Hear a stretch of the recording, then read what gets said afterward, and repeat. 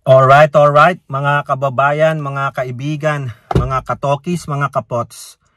Kamusta po kayong lahat? And once again, welcome po dito sa ating mumunting channel, Simply Tokis Vlog. Tayo lang po yung magbibigay ng maiksing komento, opinion at reaksyon sa mga mainit na usaping pangpolitika sa ating bansa. Pag-usapan natin mga kababayan, ito pong si Ombudsman Boying Rimulya. Ngayon po siya naman ang bida ngayong December. So alam nyo naman kung ano po ang sinasabi ni Boying Rimulya, no? Meron po dyan, sinasabi niya, may dalawa na po na mga senator na panigurado malalabasan ng warrant of arrest probably on the 15th of this month ng Disyembre. No, tahasan niya pong sinabi yan, no, nung nakaraang linggo lamang. Pero prior to that, sabi niya marami daw dapat, 6 eh. 6 na malalaking tao, pero panigurado 2 senator. No, sa palagay niyo sino kaya yan? At ganun din po, kanya pong naikwento doon sa radio show nung mga Dilawans, no? Siya po ay nag-guest, no?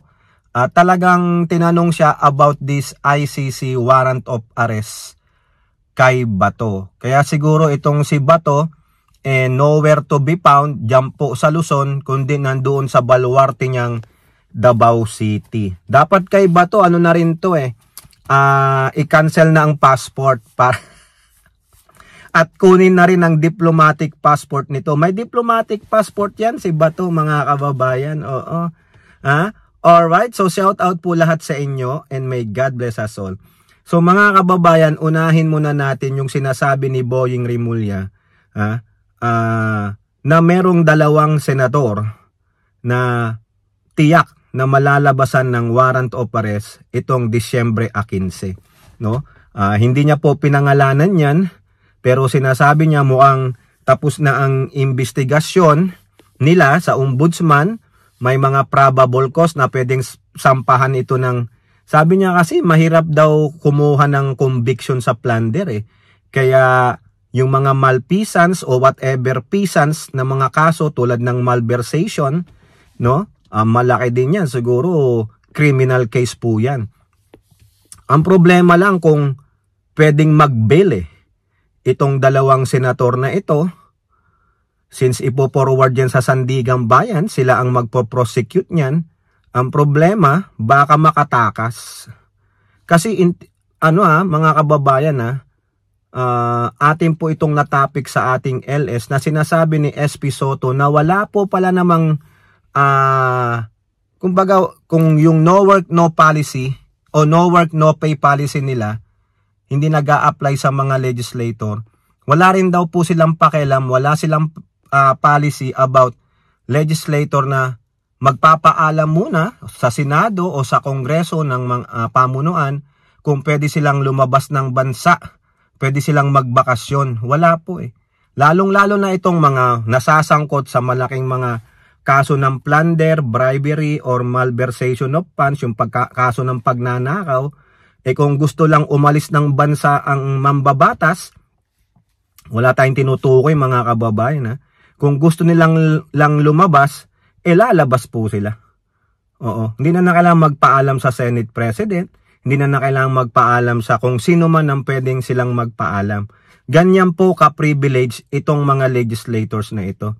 Biruin nyo, uupo sila dyan ng 6 na taon sa Senado o 3 years sa congressman tapos another re-election kung ma-re-elect. Depende po sa tagal ng kanilang paninilbihan.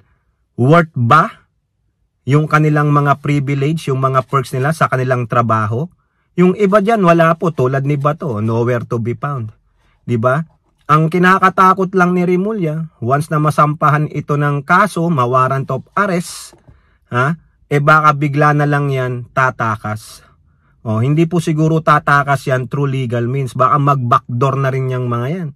No? Kasi meron pong isa dyan na nagpapaalam sa Sandigang Bayan na gusto niya pong mag-travel daw sa labas ng bansa. Pero sabi ng Sandigan, teka muna, hold ka muna, hold. Kailangan mo munang magbigay ng kaukulang dokumento o additional documents sa iyong request na pag-travel out of the country. No, kasi po itong mangbabatas na ito ay may kaso pa sa Sandigan Bayan. Ni-reject po ng Supreme Court yung kanyang motion for reconsideration na ibasura rin yung mga remaining cases niya kasi yung nauna na not guilty na siya. Dapat daw matik na rin daw yung iba. So hindi po ganun yung ruling ng Supreme Court. So may isa pa dyan, mamaya mabalitaan niya siya ngayon, baka hindi na rin sisipot yan. No? Kasi si Bato, nowhere to be found. Si Bato, nasa Davao City, meron pa siyang second Senator Bato Cup, yung firing range, mga kababayan, pabilisan siguro yan, paano yung babaril, no? Pagbunot ng baril. Doon lang si Bato sa Davao City. Pero, sabi ni Boying Rimulya, ano namin yan, tinitiktikan na namin siya, sinusurveillance namin siya. No? So, yun po, merong dalawang senator na maaring ma-warrant of arrest sa A15, barring any escape plan of these senators. Hindi po pinangalanan kung sino yan. So, malalaman natin in the next few days. No? At ganun din po, si Boying Rimulya, talagang pinatotohanan niya po, mga kababayan, ang ICC warrant of arrest ni Bato de la Rosa.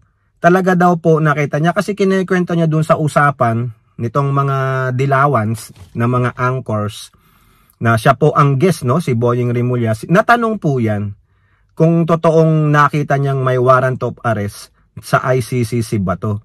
Sabi niya, oo, nakita ko. Kasi nagpuntahan daw yung mga dati niyang katrabaho sa DOJ sa bahay niya at may pinakita yung isa doon. Ito. Uy, totoo nga, sabi niya. Ito yung kopya.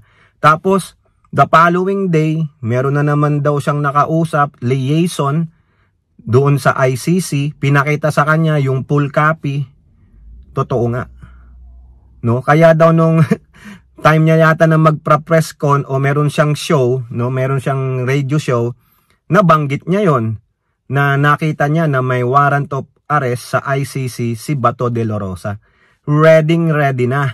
Yun nga lang, baka hindi pa yan pino-forward, baka tinatiming yan sa aking opinion na next year. Baka tama po yung sinasabi ni Antonio Trillanes, if not the end of this year, early part of 2026, baka first quarter from January to March. So ayun po, ganun po ang quarter, no? So dito baka sabi lang nung ICC, okay, mag-adjournment muna tayo, bakasyon muna tayo because of the spirit of holiday. Let them be happy first. And then sa sobrang katuwaan ninyo, eto na ang inyong kalungkutan. Baka ganun. Kaya pinaninindigan po ni Boying Rimulya. Ito kasing kampo rin ni Bato, tumakbo sa Supreme Court at sinasabi na ilabas ni Boying Rimulya yung sinasabi niyang unofficial copy of Bato de la Rosa's ICC warrant. Kumbaga dinider nila si Boying Rimulya. Pero sabi nung Supreme Court, wala, basura yung request niyo. Tinanggihan po yun. Speculation lang naman yun, di ba? Kung pinaninindigan po ni Boying Rimulya na nakita ko, yung talaga, kaya nga sabi niya sa radio show niya, di ba scoop yan? Malaking news yan. Ngayon, kaya ganun, natakot na si Bato. Hindi na po nagpakita. Wala na siya ni isang boses man lang na sinasabi niyang, okay, back to work. Hanggang ngayon, wala po siya. Sayang po ang pasahod sa kanya ng taong bayan. Yan ang taong talagang nagnanakaw sa kaban ng bayan. Biruin mo, binoto kang senador, inaasahan na ikaw ay magpapasa ng mga batas, kaso wala ka sa budget hearing, wala ka, committee hearings, wala ka. So useless. Pero nasa privilege nila, hindi sila sakop ng no work, no pay policy. Maski na hindi magtrabaho ang senador, sasahod. Maski na hindi magtrabaho ang isang congressman, sasahod kasi yan po ang talagang tinatarget nila. Kakampanya, pag nanalo, hayahay na. Hari na sila, reyna na sila sa ating bansa. So yan po, no? Ang topic natin, si Boying Rimulya. Yung warrant of arrest ng mga senadors sa December 15 at talagang very firm siya na parang di po siya nagsisinungaling na talagang nakita ko may ICC warrant na si Bato. Kaya si Bato, hindi mo na makita, no? Maski na utot niya man lang, di na natin maamoy mga kababayan. O kayo po, ano pong inyong masasabi? Comment down below and don't forget to like and share. Hope to see you in the next videos. Bye-bye. God bless.